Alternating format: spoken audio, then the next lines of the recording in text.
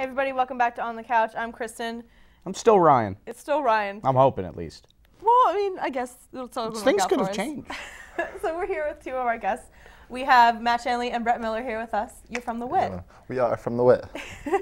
So we were talking about the paper earlier, and obviously it's a campus newspaper. Would you tell us a little bit about it? Well, we work for the Whit. It's published once a week. Basically, what we do with it is just try to keep up some campus news, some off-campus news, just trying to keep the people reading and interested in what we're doing. Yeah, I can't say it much better than that. We're here for the student body to report news to them. Maybe they can't find it out all on their own, so we try and make up for... We're the middleman. Yeah. You dig up the good stuff. I mean, we try. Some of the good stuff that we would like to dig up isn't necessarily fit for a college publication, but we try. We do the best we can. We decide what's news and we put it out there. Yeah. Well, how are you two specifically involved? Brett, we can start with you. I am the arts and entertainment editor. I've held this post all year. I was elected last spring. Just your basic arts and entertainment stuff, fine arts, theater, music, television, very broad. I'm trying to get into pop culture, video games, comic books, stuff like that. Yep. Matt? I mean, much like Brett, we were both elected last spring. I've written for the Whit for about 4 years now within the sports section. I'm trying to broaden my horizons a little bit now.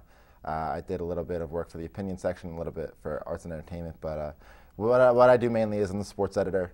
I decide which sports have the most relevant, most interesting happenings going on at the time, and I assign writers, and they write the story about it. So editors are elected at the paper. We are elected, yes. Mm-hmm. So elected, paid positions. It gets paid through ad revenue. Mm-hmm. And yeah, we have to have office hours every week, and we do all the layout every week, stuff like that. Yep. I mean, last year, both of us were assistants to the editors that worked for the paper last year, and I actually had a little bit of tougher run. Brett was a unanimous decision because he ran unopposed. I ran against two other people, and the three of us, Adam Dobrowolski and John Russo, I actually served as assistants last year doing random here and there activities for Kate Harmon, who was a sports editor last year. All right. What are some of the, I mean, if you wanted to ask him. you go first, Ryan. Are you sure? Yeah. Well, what are some of the biggest challenges you guys face in your positions? Nate. Nate Goldberg, the editor-in-chief, is the biggest challenge to both of us. Really? Well, I'm glad that was a unanimous. On the newspaper, you have to work with a lot of different personalities. It's just like on the show, I have to work with some people. Right, exactly. So, Ryan, don't start with me. I would say we're both laid-back problem solvers. I would agree with that. And there are, I'm not going to say busybodies, but there are people who don't share the same casualness. The biggest challenge, I think, is the fact that you don't always agree with people. Some things that I might deem relevant or important to a newspaper. try to give me an example of something. Actually, today would be a perfect example. This is carrying over. This is just today. We had a newspaper meeting earlier today, and there was a suggestion from one of our other editors that Rowan's sports section should be covering more club sports. I personally do not agree for several reasons, but you just have to kind of find the in-between. It's a lot of give and take. So it's just the suggestions coming from different angles and you trying to I guess, alleviate the situation as best you can. How did that pan out for you? I'm sorry, Brett. One more question. How did it pan out? I obviously made my opinions known loudly. And we're going to see where it goes from here. Oh, okay. Brett, you were going to say something. It's funny. You have to juggle a lot of people's demands. In the past couple weeks, I had the head of the theater and dance department kind of on my case trying to promote our town. And it's not about promoting things so much as it is reporting the news. He wanted photos and an article to go in the week before.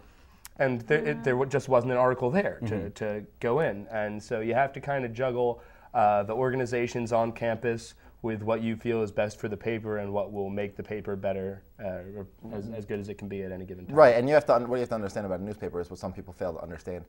We're not a PR. We're very third party. We try to be as unbiased as possible.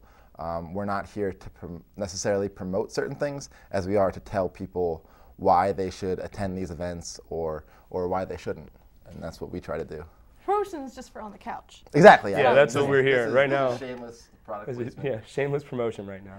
So how difficult is it to balance that? Because you just talked about it, here's the people that, they're saying here beforehand, we want you to put our article in, and then you're probably going to be looking after the fact to want to write an article, and then have to go back to those people that you told no to begin with. Right, and it's tough with sports especially because, I mean, for obvious reasons, they're not always going to perform up to par, and the reporters who speak about them, they have to be very unbiased. They have to say what the team's doing well, and on the same token, they have to say what the team's not doing well. So obviously, the players, the coaches aren't necessarily going to want to talk to the person who's writing negative things about them. As the baseball writer last year, yes. Absolutely, absolutely. I mean, it's tough because you have to make these people willing to want to speak to you, and they're not always. I'm trying to currently put out a fire that was started last spring with a terrible article that somehow got published on Fiddler on the Roof last year. And I remember that article, created actually. a huge schism between the Whit and the theater and dance department. And we're still dealing with the fallout from that event. In fact, we published an article on Our Town last week, and one of the, let's just say people who, one of the major voices for the theater and dance department last year, decided to come down from on high. He's an alumni now, he's graduated. To come down from on high and tell me, good job for covering this. Thanks, Andrew. Thanks for letting me know you care. So you guys were mentioning how you still need some writers for each of your sections. Absolutely. I mean, as editors. As much as all of this conversation is really going to make someone write for you. Well, I mean, we're all right. We're fun to work with. Yeah, we're all great. right. We're the best editors you can work for at the Whip. It's tough because Handsomest, too. it's true. Sometimes it's a little tough because, and it's tough in our position as editors because you have to tell writers when their work needs to be in. You have to be, for as much as you want to be their friend, as their mentor, you have to be strict because you're also their boss. And it's tough because we have to, if something's not good, we have to send it back or we have to find someone else to write it. And when you need someone else to write it, they can just come email you guys? Yeah, absolutely. I mean, as far as beginning to write for the Whit, we have meetings every Monday where writers 11:30. 11:30 every Monday. Writers are more than welcome to come talk to Brett or I or any of the other editors if they're interested in working for us. Great. And you guys can actually look at the Whit online. It's thewhitonline.com. Thewhitonline.com. Yeah, all right, we all said it. We all know. Check it out. We'll be right back after this.